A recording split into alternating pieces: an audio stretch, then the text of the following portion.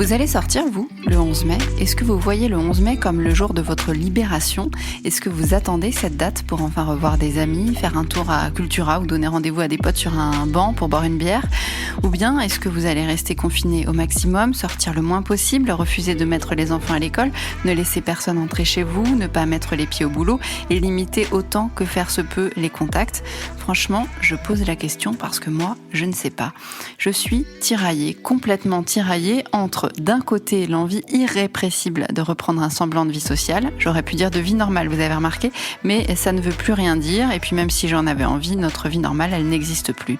Elle est partie en fumée, on n'a même pas eu le temps de lui dire au revoir.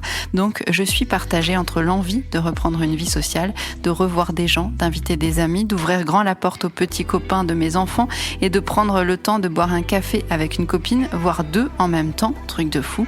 Et de l'autre côté, la raison, la sagesse, la responsabilité, la peur.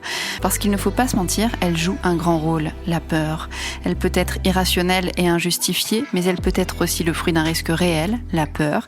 Et si c'est le cas, on comprend qu'il soit privilégié le confinement total le plus de temps possible. Je n'ai pas envie ici de vous faire le pour et le contre et de tout mettre dans la balance. Il y a quelque chose de tellement infantilisant à entendre les menaces du gouvernement que, de toute façon, on va faire comme bon nous semble, de manière mesurée et responsable. Je n'en doute pas une seconde pour la plupart d'entre nous, mais on va faire comme bon nous semble. On va faire attention aux plus vulnérables, on va tenter d'éviter une deuxième vague, on va peut-être même mettre des masques, même si, comme vous le savez, je déteste ça, ça me rend dingue d'être obligée d'en mettre.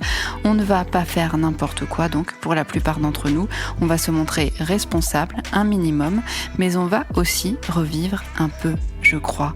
Reprendre du plaisir à se retrouver, passer du temps ensemble, ouvrir quelques vannes, se délecter du bonheur de sortir sans attestation, peut-être plusieurs fois par jour, faire un peu plus de vélo, aller en montagne, se promener dans la campagne, trouver des arbres à regarder par en dessous, s'asseoir au bord de la rivière. Enfin, je m'emballe un peu. Ça, c'est dans les rêves. En vrai, on va devoir retourner bosser et garder les enfants en même temps. On ne sait pas par quel miracle ou par quelle équation. On va devoir compter nos thunes parce qu'on n'en a plus.